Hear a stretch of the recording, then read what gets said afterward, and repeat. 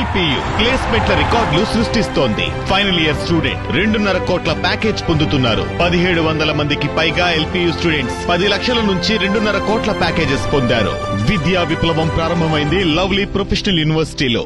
శాఖ steel plant admin భవనం వద్ద కార్మికులు నిరసనకు దిగారు. తొలగించిన కాంట్రాక్ట్ కార్మికుల్ని తక్షణమే విధుల్లోకి తీసుకోవాలని డిమాండ్ చేశారు. స్టీల్ ప్లాంట్ యాజమాన్యం ఉన్న కార్మికుల్ని తొలగించి కొత్త వారిని జాయిన్ చేసుకోవడం అన్యాయమని ఆవేదన వ్యక్తం చేశారు. నిర్వాసితులకు యాజమాన్యం అన్యాయం చేస్తోందని మండిపడ్డారు.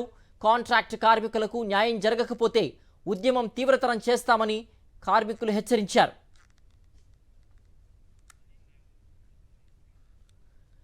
మరింత సమాచారం మా ప్రతినిధి అనిల్ అందిస్తారు. అనిల్, కాంట్రాక్ట్ ఉద్యోగుల ఆందోళనకు సంబంధించిన పూర్తి డీటెయిల్స్ ఏంటి?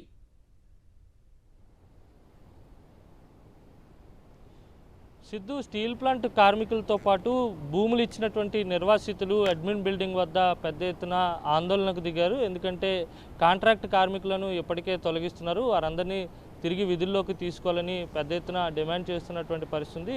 గత కొద్ది రోజులుగా కాంట్రాక్ట్ కార్మికుల తొలగింపు అనేది దశల వారీగా జరుగుతుంది. దీన్ని కార్మిక సంఘాలతో పాటు పోరాట కమిటీ, స్థానికంగా ఉన్నటువంటి వైఎస్ఆర్ కాంగ్రెస్ పార్టీ నేతలు తీవ్రంగా వ్యతిరేకిస్తున్నటువంటి పరిస్థితి. ఈ తరుణంలోనే ఇటు కార్మిక సంఘాలతో పాటు నిర్వాసితులు ఎవరైతే ఉంటారో వారంతా కూడా పెద్ద ఎత్తున అడ్మిన్ బిల్డింగ్ వద్దకు చేరుకొని ధర్నా నిర్వహించినటువంటి పరిస్థితి. ఎందుకంటే ఇప్పటి వరకు స్టీల్ ప్లాంట్లో దాదాపు 5,000 మందికి పైగా కాంట్రాక్ట్ కార్మికులను తొలగించారు. అయితే ఇతర రాష్ట్రాల నుంచి, ఇతర ప్రాంతాల నుంచి తీసుకొచ్చినటువంటి కొత్త వారిని నియమించుకుంటున్నారు. స్థానికంగా ఉన్నటువంటి ఎవరికి కూడా ఉద్యోగాలు ఇవ్వటం లేదనేది కార్మిక సంఘాల నేతలు చెప్తున్నటువంటి మాట. స్థానికంగా ఉన్నటువంటి కార్మికులకు అవకాశం కల్పించాలి. ఎందుకంటే దాదాపుగా పెద్ద ఎత్తున భూములు ఇచ్చి తాము ఉపాధి కోల్పోయాం, స్టీల్ ప్లాంట్ కోసం భూములను దారాదత్తం చేసాం కనుక ఖచ్చితంగా తమకు పెద్ద ఎత్తున ఉద్యోగ కల్పన జరగాలి, కార్మికులుగా స్థానికులకే అవకాశం ఇవ్వాలని చెప్పి ఇటు నిర్వాసితులతో పాటు కార్మికులు డిమాండ్ చేస్తున్నటువంటి పరిస్థితి. అయినప్పటికీ కూడా యాజమాన్యంలో